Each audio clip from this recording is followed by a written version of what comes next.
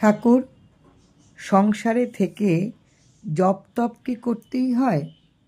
জপ তপস্যাদি কিছুই করতে হয় না। স্ত্রী পুত্রাদির ভরণ পোষণে যত্নশীল হইয়া অনাসক্তভাবে নির্মল জ্ঞান লাভ করিতে পারে। ভক্তবৎসল ঠাকুরের কি অপার করুণা! কেবল অনাসক্তভাবে সংসার করেও তার পরম লাভ করা যায়। নমস্কার, শ্রী শ্রী রাম ঠাকুরের নাম প্রসাদ থেকে আজকের নিবেদন। ঠাকুর, সংসারে থেকে সব কিছু কি নিয়ম নিষ্ঠায় করা সম্ভব? সাংসারিক কর্তব্য পালন করিতে গিয়া গুরু উপদিষ্ট সকল ক্রিয়া, স্তব, স্তুতি, জপাতি যাহা নৈমিত্তিক বিধান আছে, কি ধ্যান সকলেই পারলে করিবেন, না পারলে না করিবেন, তাহাতে কোনো অপরাধ হইবে না। শুধু অনবরত গুরুকে স্মরণ অথবা তার নাম উচ্চারণ করা চাই। ঠাকুর, সন্তানগুলো কার?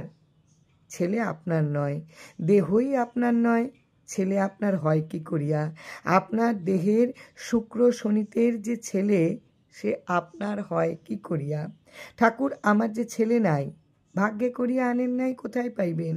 ছেলে মারা গেছে, মা ঠাকুরের শ্রীচরণে লুটিয়ে পড়ে কাঁদছেন।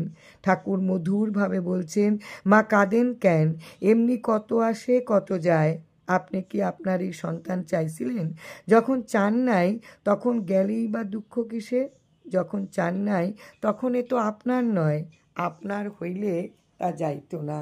জয় রাম, জয় রাম।